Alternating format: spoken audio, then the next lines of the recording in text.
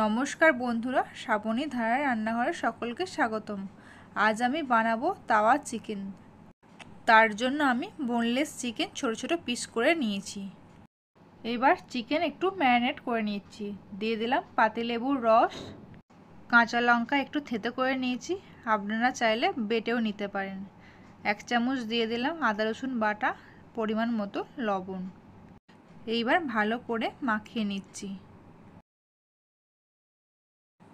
এইবার আর একটা অন্য পাত্রেতে নিয়ে নিলাম 3 চামচ মতো সর্ষের তেল আর কাশ্মীরি লঙ্কার গুঁড়ো।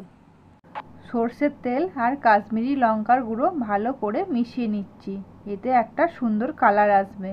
এখন দেখুন ভালো করে আমি মিশিয়ে নিয়েছি। তারপর নিয়ে নিলাম 2 চামচ মতো টক দই। টক দই আমি জল ঝরিয়ে নিয়েছি।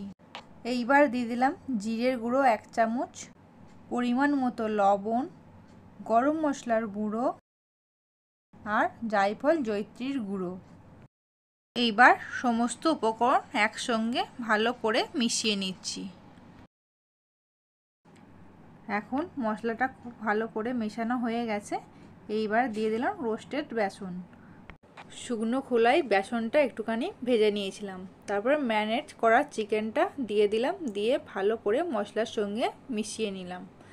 নিয়ে 1 ঘন্টা মতো আমি রেস্টে রেখেছিলাম। তারপরে একটা কড়াই নিয়ে নিয়েছি।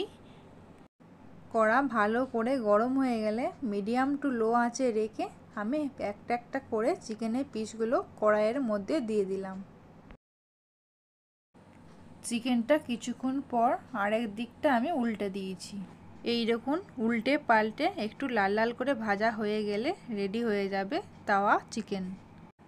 একবার এরকম করে তাওয়া চিকেন বানিয়ে খেয়ে দেখবেন, আশা করেই ভালো লাগবে। যদি নতুন বন্ধু হয়ে থাকেন প্লিজ চ্যানেলটা সাবস্ক্রাইব করে দেবেন।